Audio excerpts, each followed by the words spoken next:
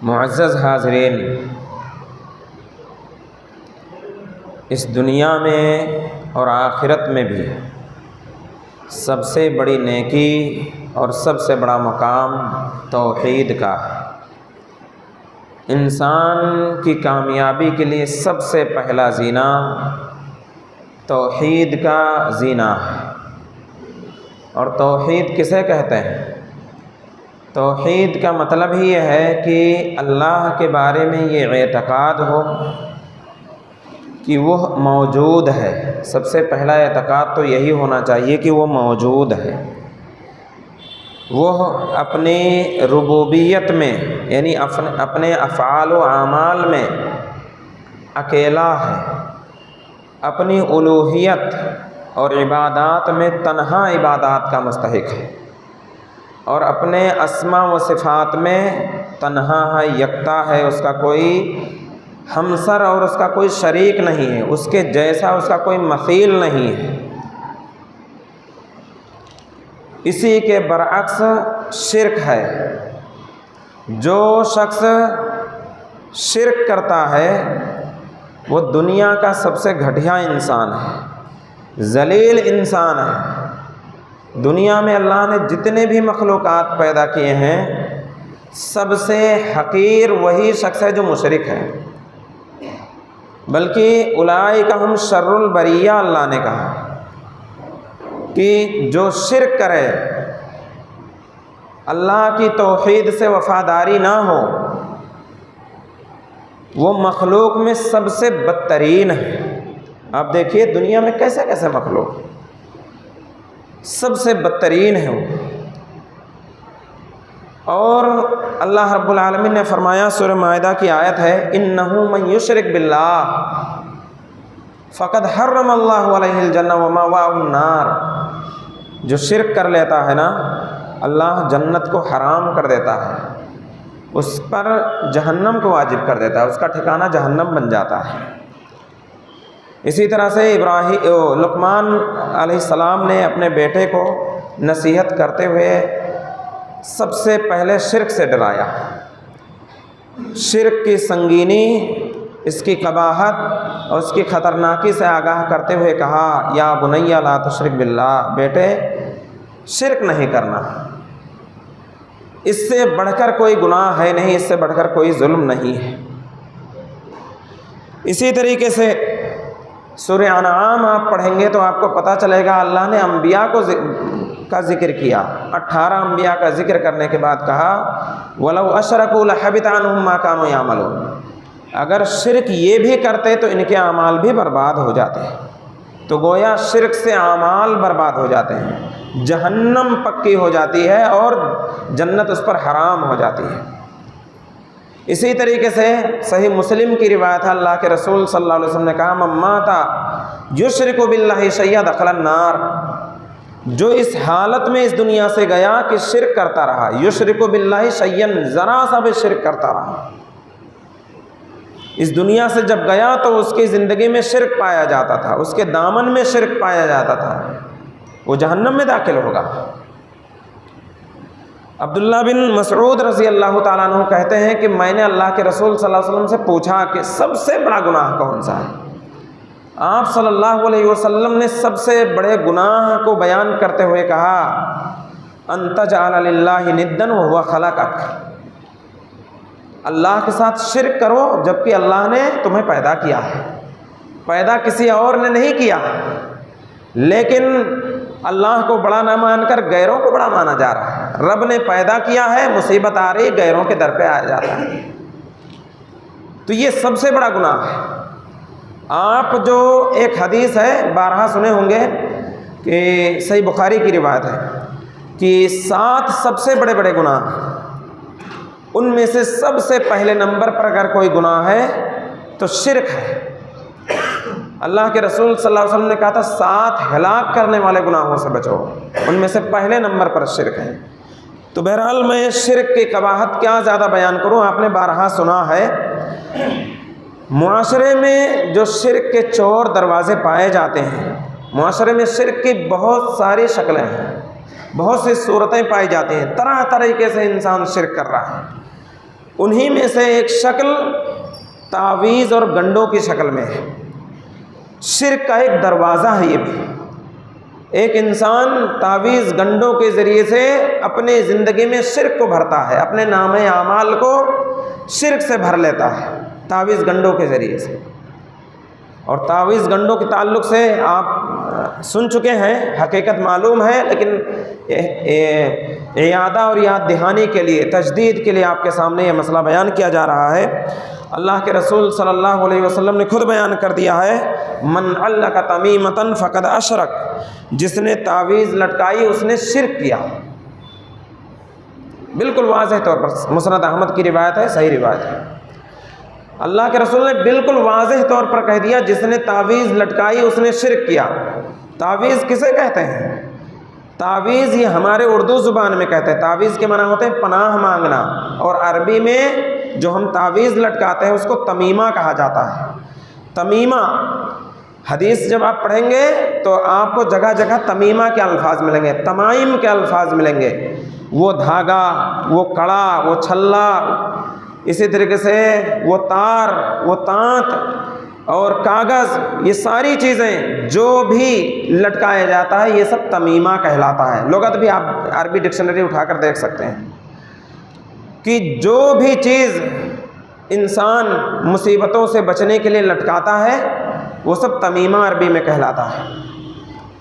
اور شرعی اصطلاح میں ابن حجر رحمہ اللہ وغیرہ نے جو لکھا ہے اور علماء کی تعریف کا خلاصہ یہی ہے کہ ہر وہ چیز جو انسان مصائب سے، مشکلات سے، مرض سے، نظر بد سے بچنے کے لیے اپنے اوپر، اپنے جسموں پر، اپنے گلے میں، گھر میں، جانوروں میں، دکانوں پر، مکانوں پر، گاڑیوں پر جو بھی چیز لٹکاتا ہے، چاہے وہ جوتا چپل ہو، چاہے وہ دھاگا ہو، چاہے وہ کاغذ کا پرزہ ہو، اسی طریقے سے اور کوئی بھی چیز ہو، جو بھی چیز لٹکائی جاتی ہے، کڑا ہو، سونے کا، تانبے کا، پیتل کا، وہ سب تعویذ اور تمیمہ ہے۔ اللہ کے رسول صلی اللہ علیہ وسلم نے عمومی طور پر کہہ دیا، من علق تمیمۃ، اس حدیث میں بھی تمیمہ آیا، عربی میں تعویذ کو تمیمہ کہا جاتا ہے۔ من علق تمیمۃ فقد اشرک، جس نے تعویذ لٹکائی اس نے شرک کیا۔ واضح طور پر آپ نے کھلم کھلا منع کیا، بلا کسی قید کے، عمومی طور پر آپ نے اعلان کیا۔ اس کے باوجود بعض لوگ ہیلے بہانے اور طرح طرح کے جو ہے ہیلے کر کے، چال چل کے اپنی دکان سجائے ہوئے ہیں اور لوگوں کو تعویذات بانٹتے ہیں، لوگوں کے درمیان شرک پھیلاتے ہیں اور کہتے ہیں کہ اللہ کے رسول نے کہا ہے جو اپنے بھائی کو کسی بھی طریقے سے نفع پہنچا سکتا ہو نفع پہنچائے۔ نعوذ باللہ، نعوذ باللہ۔ اللہ کے رسول صلی اللہ علیہ وسلم نے اگر نفع پہنچانے کی بات کہی ہے تو نفع پہنچانے کے ساتھ ساتھ وہ طریقے بھی بتلا دیے ہیں۔ اسی طریقے سے جو شخص تعویذ لٹکاتا ہے، اللہ کے رسول صلی اللہ علیہ وسلم نے اس کے حق میں بد دعا کی ہے، من تعلق تمیمۃ فلا اتم اللہ لہ، جو شخص تعویذ لٹکا لے اللہ اس کی مراد کبھی پورا نہ کرے۔ ایسے شخص کے حق میں بد دعا کی ہے جو تعویذوں کو لٹکا کے پھرتا ہے۔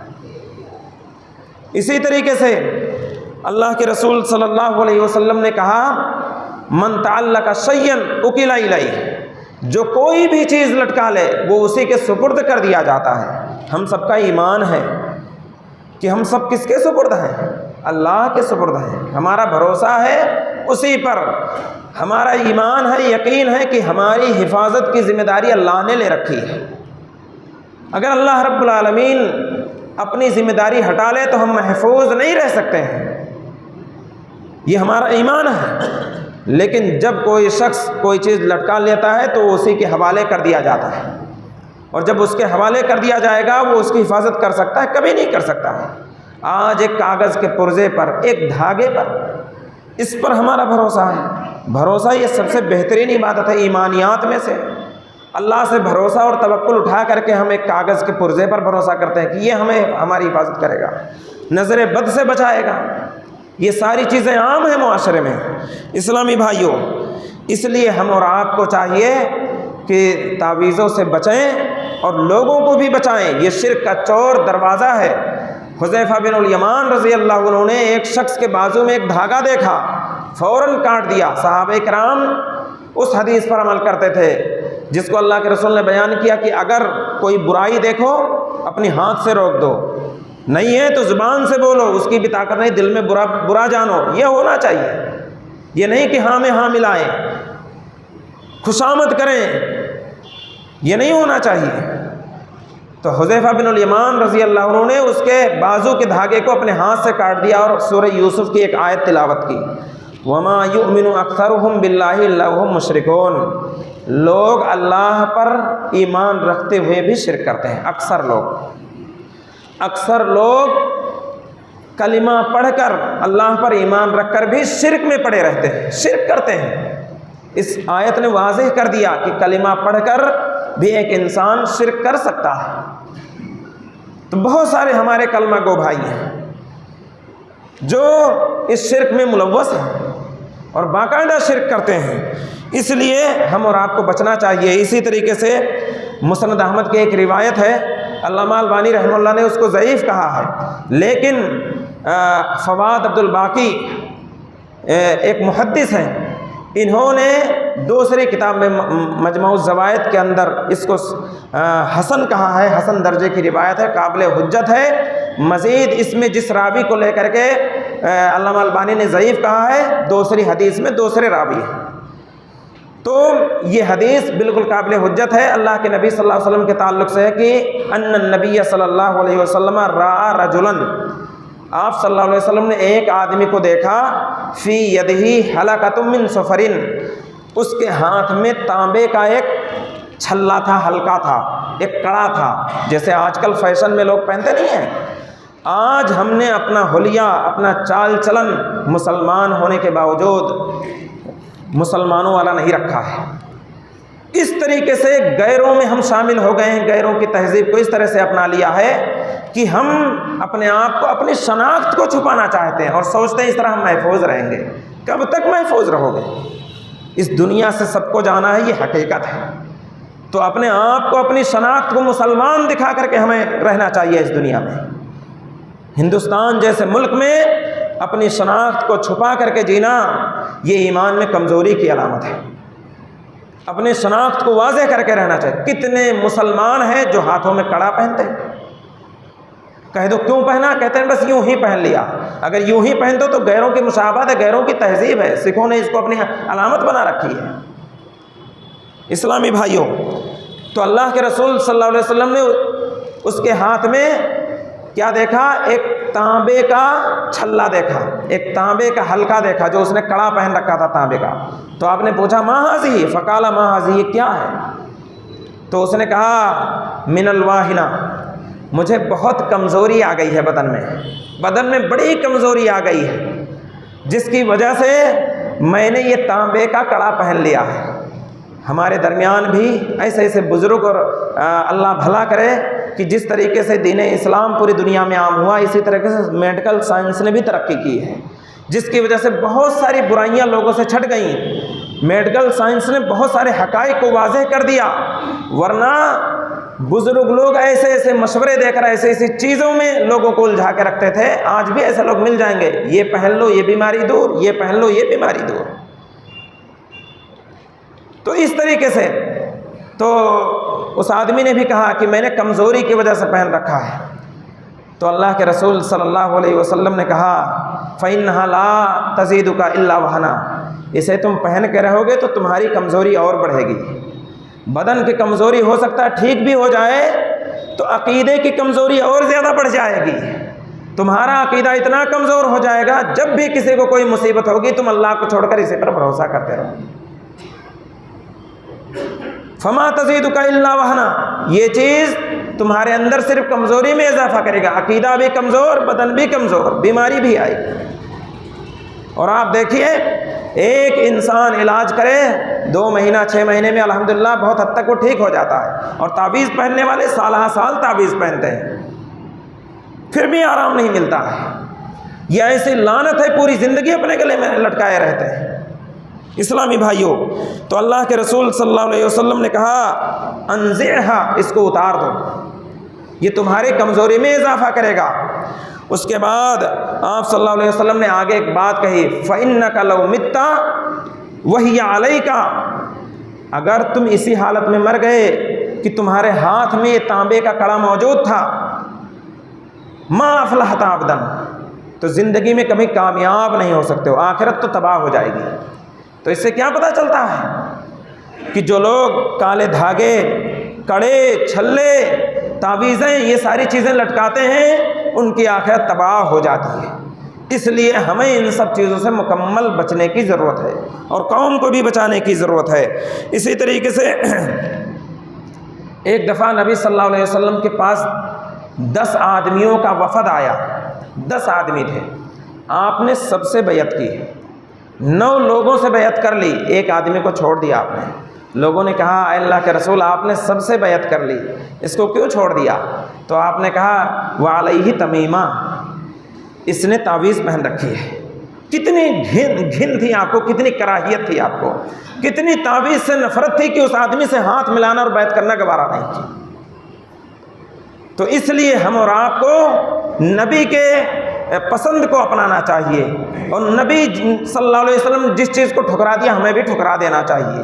یہ بحیثیت مسلمان اور نبی سے محبت کرتے ہوئے ہمیں یہ کرنا چاہیے۔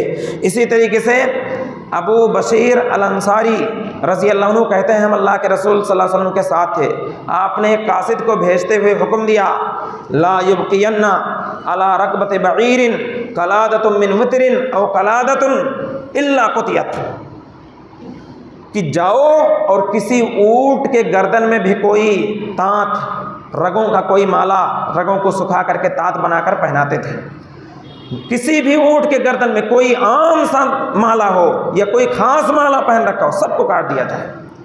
اللہ کے رسول صلی اللہ علیہ وسلم صرف انسانوں نہیں، جانوروں کے گلے سے بھی ان تعویذات اور رسیوں کو، دھاگوں کو، اور تانت اور قلادے اور پٹے کو کٹوا دیا کرتے تھے، اللہ کہ اس کو سنبھالنے کے لیے کسی نے باندھ رکھا ہو، الگ چیز ہو، نکیل ہو، دیگر چیزیں ہوں۔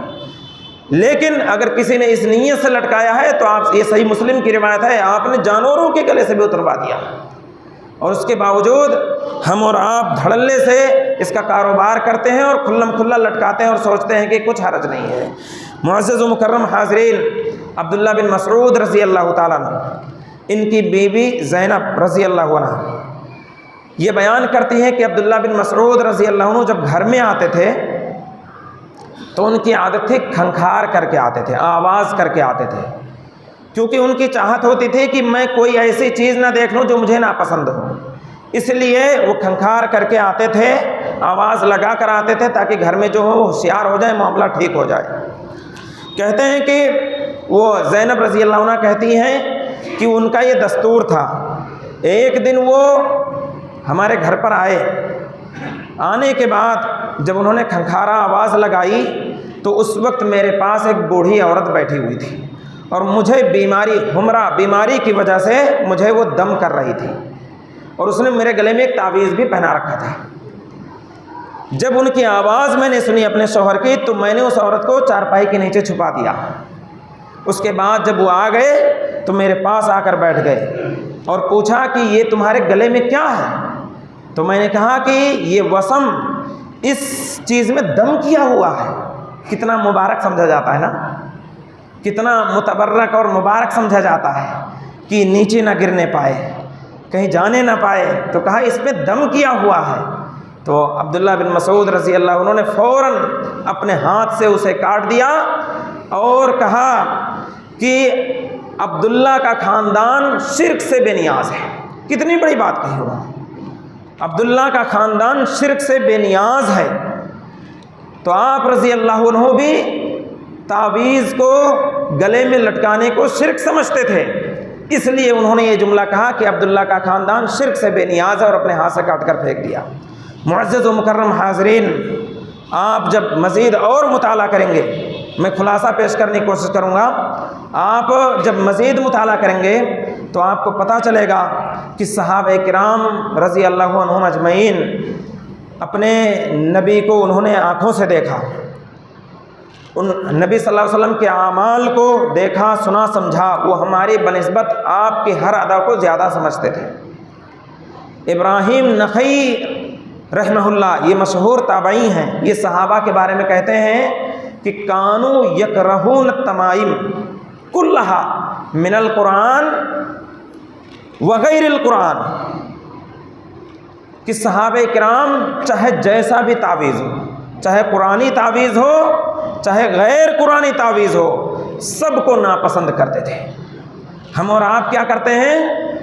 بازار لگائے ہوئے ہیں، جیسے ڈاکٹروں کے یہاں ہر چیز کی دوا الگ ہوتی، پیٹ کی دوا الگ ہے، سر کی دوا الگ ہے، ایسے باقاعدہ تعویذ کرنے والوں نے ہر چیز کی الگ الگ تعویذ بنا رکھے ہیں، ہر چیز کے لیے الگ الگ تعویذ بنا رکھے ہیں۔ اور باقاعدہ تعویذ کے لیے آپ دیکھیں گے اشرف علی تھانوی کا قرآن اٹھا کر کے دیکھ لیجئے، شروع میں باقاعدہ ہر صورت کو خلاصے کے طور پر گنتیوں میں لکھ دیا گیا ہے۔ نعوذ باللہ، قرآن کو گنتیوں میں، جیسے بسم اللہ کو 786 کی جگہ لکھا جاتا ہے، یا 786 بسم اللہ کی جگہ 786 لکھا جاتا ہے، ایسے ہی پورے قرآن کو ہر صورت کی ایک تعویذ بنائی گئی ہے گنتیوں میں کر کے، اور تعویذ کی شکلیں بھی باقاعدہ اس میں موجود ہیں، اور باقاعدہ اس طریقے سے تعویذ کا پرچار کیا گیا امت میں۔ ایک زمانہ تھا خوب پرچار کیا گیا اور لوگ خوب اس میں ڈوبے ہوئے تھے۔ اللہ کا شکر ہے کہ جب علم آیا تو دھیرے دھیرے لوگ اس سے نجات پاتے رہے۔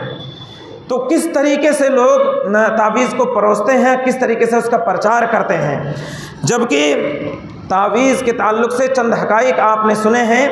اب سوال اس بات کا ہے کہ تعویذ کیا کرنا چاہیے؟ بہت سارے لوگوں کے دعوے ہیں۔ تعویذ دو طرح کے ہوتے ہیں، ایک قرآنی اور ایک غیر قرآنی۔ غیر قرآنی تعویذ چاہے گنتیوں میں ہو، کسی بھی شکل میں ہو، جس کو تعویذ لکھنے والا ہی سمجھتا ہے، سب کا اتفاق ہے، جو تعویذ بناتے ہیں ان سب کا بھی اتفاق ہے کہ یہ حرام ہے، اور ہم تو الحمدللہ شرک سمجھتے ہی ہیں۔ سب کا اتفاق ہے کہ غیر قرآنی تعویذات جو ہیں حرام ہیں، ہمارے نزدیک شرک ہے، حرام ہے، حرام در حرام ہے۔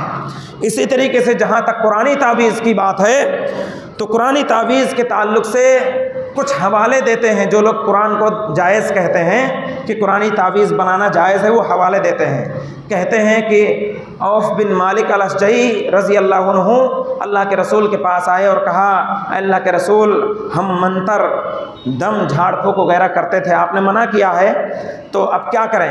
تو آپ صلی اللہ علیہ وسلم نے کہا، عارضوا علی رقاکم لا باس بالرقا ما لم تکن شرکا، کہ اپنے منتر کو، دم کو جو تم کرتے ہو، پڑھ کر کے جھاڑ پھونک کرتے ہو، اس کو میرے سامنے لاؤ، اس کو میرے اوپر پیش کرو، اگر اس میں شرک نہیں ہے تو کوئی حرج کی بات نہیں ہے۔ تو کہتے ہیں کہ جب عام دعاؤں سے دم کیا جا سکتا ہے جس میں شرک نہ ہو، تو پھر قرآن سے کیوں نہیں کیا جا سکتا ہے؟